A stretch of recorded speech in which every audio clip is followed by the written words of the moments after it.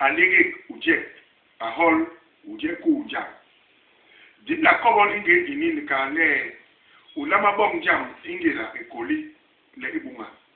hala we ulama ho bongol jam ingela ibabeti nga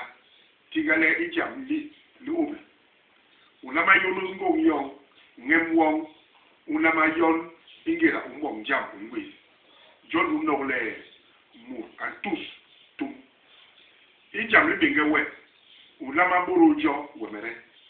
jon unole masuwe be yonti ingela umbom jam